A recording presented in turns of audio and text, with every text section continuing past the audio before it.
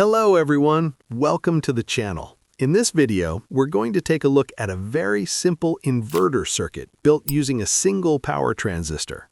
This project shows how a low DC voltage can be converted into high AC voltage using basic electronics principles.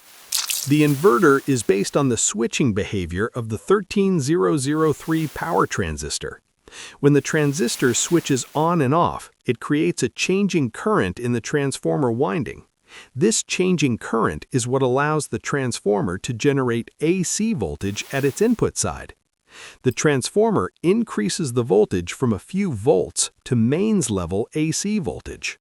This behavior depends on the transformer turns ratio.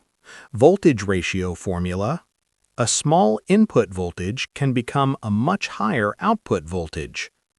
Ohm's law is important for understanding base current. Power dissipation in the transistor. This explains why power transistors can heat up quickly.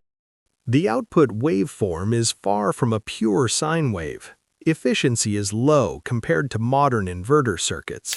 This inverter is only suitable for very light loads.